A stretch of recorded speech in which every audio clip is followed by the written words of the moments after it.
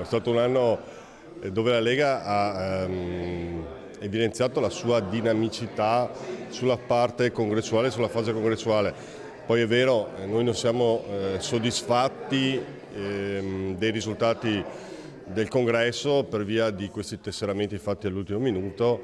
Perdere un congresso dove dovevamo straperderlo 80-20 e aver corso il rischio di vincerlo per 15 voti, perché insomma, penso che sia stato un risultato straordinario. Guarda il bicchiere mezzo pieno Marcello Bano, sindaco di Noventa Padovana e storico militante leghista. Il 2022 del Carroccio Padovano si è chiuso con il congresso provinciale che ha incoronato Nicola Pettenuzzo segretario, il candidato sostenuto dall'ala governativa del partito.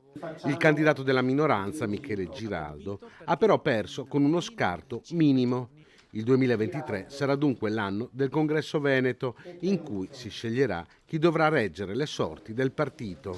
Bano, per quel ruolo, vede Roberto Marcato. Io personalmente lo ringrazio perché, guardate, non è da tutti mettere sul tavolo un assessorato, una poltrona ben remunerata per un ideale.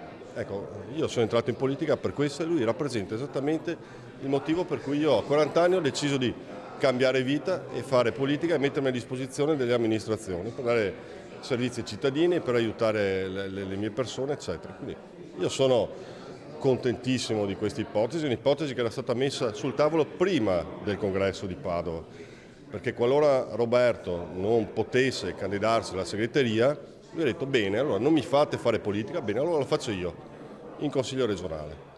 Quindi, siccome anche il record di preferenza piace a tutti, è una proposta secondo me che deve essere valutata e deve essere tenuta in assoluta considerazione.